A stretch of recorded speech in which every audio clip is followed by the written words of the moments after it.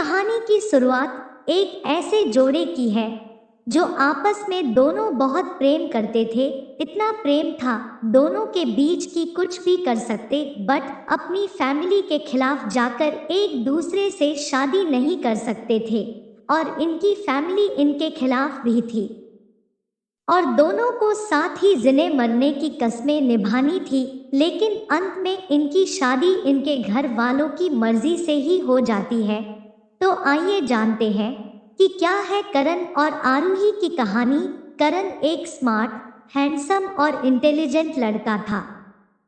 करण में इतनी काबिलियत थी कि पूरा कॉलेज इसका फैन था।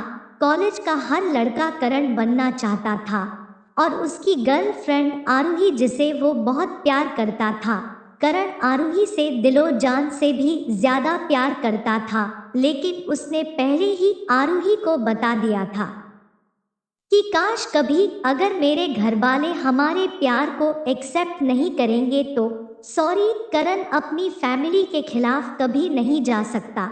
लेकिन आश्चर्य की बात यह थी कि आरूही भी बिल्कुल ऐसा ही सोचती थी कि फैमिली के खिलाफ नहीं जाएंगे। इसीलिए तो शायद लोग उन्हें मेड फॉर ईच अदर कहते थे। फिर दोनों का सिलसिला यूं ही चलता रहा। धीरे धीरे उनकी उम्र हो गई और अब उनके घर शादी की बात चलने लगी।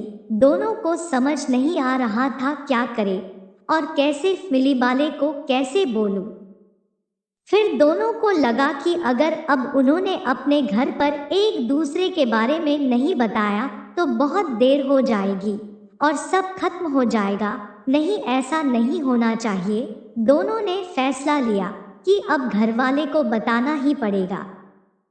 इसलिए दोनों ने अपने घर वालों को बताया, लेकिन दोनों के घर वालों ने सीधे मना कर दिया। उनके घर वालों की ये चेतावनी भी दी कि शादी हमारी मर्जी से होगी। अब दोनों के पास और कोई रास्ता नहीं था और दोनों ने जैसा आपस में परमिश किया था कि जब घर वाले हमारी शादी नहीं करेंगे तो हम अलग हो जाएंगे, लेकिन घर वाले के खिलाफ नहीं जाएंगे। वो लोग अलग हो गए। कुछ दिन बाद करण के घर वाले ने शादी के लिए लड़की देखने जाने को बोला। जाना तो नहीं चाहता था, लेकिन काफी जिक्र करने से करण अपनी फैमिली के साथ लड़की देखने चला गया। लेकिन वो बहुत दुखी था। वो इतना दुखी था कि जब वो लड़की करण के लिए पानी लेकर आई तो करण उस लड़की को देखा भी नहीं और उसे बिना देखे पानी ले लिया। जैसे ही करण ने पानी की गिलास पकड़ी, उस लड़की ने करण को धक्का दे दिया। फिर करण के हाथ से पानी का गिलास छूट गया, छूटकर करण के ऊपर गिर गया। करण को बहुत गुस्सा आया। जब उसने गुस्से में लड़की तरफ देखा तो वो उस लड़की को देख के सन्न रह गया। वो 2 पल के लिए हैरान रह गया, लेकिन फिर खुश हो गया क्योंकि वो लड़की कोई और नहीं आरूही थी। घरवालों के कहने पर आरूही उसे वॉशरूम ले गई और फिर दोनों जोर जोर से हंसने लगे। दोनों काफी खुश थे।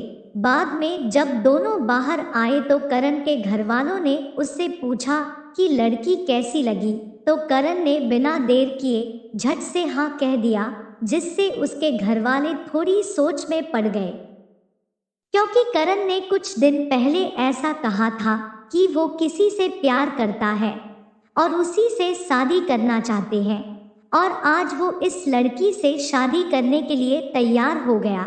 और यही हाल आरूही के घरवालों की भी थी। वो भी इस बात से हैरान थे कि कुछ दिन पहले ही उसने कहा था कि वो किसी और से प्यार करती है, और आज फिर दोनों के घरवालों ने सोचा कि चलो अच्छी बात है, क्योंकि बच्चों की खुशी में ही घरवालों की खुशी होती है। लेकिन दोनों के घरवालों को ये चिंता सताए जा रही थी कि आज मान गया, कहीं वो शादी के समय कहीं भाग ना जाए, और इसीलिए दोनों के घरवालों ने अपने बच्चों पर नजर रखना शुरू कर दिया। लेकिन करण और आरूही दोनों ही बहुत खुश थे। वो तो एक दूसरे से ही प्यार करते थे। अब वो दोनों पहले से ज्यादा एक दूसरे से खुलकर मिल भी सकते थे और बातें भी कर सकते थे। और वो करते भी थे। फिर जब बाद में घर वालों को तसल्ली हो गई कि वो दोनों एक दूसरे के साथ खुश रह सकते हैं, तो उनकी सगाई करा दी। लेकिन अब दोनों का प्यार परवान चढ़ने लगा। अब दोनों एक दूसरे के बिना रह नहीं पाते थे। अब दोनों की इतनी हरकतें बढ़ गई कि घरवाले भी कभी देख ले तो शर्मा कर चली जाए।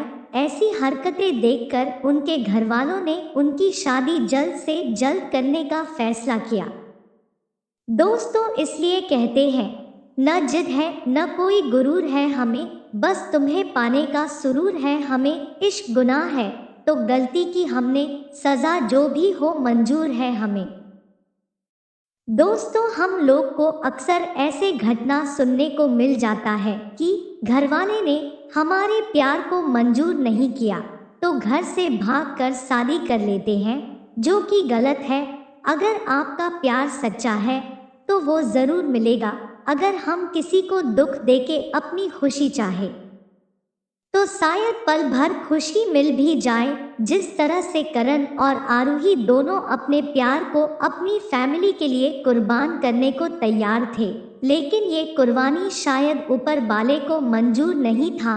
शायद इसीलिए उन दोनों को भगवान ने एक दूसरे से अलग नहीं किया और दोनों के घर वालों की मर्जी से दोनों की शादी हो गई और इस तरह से दोनों की लव वाली अरेंज मैरिज हो गई।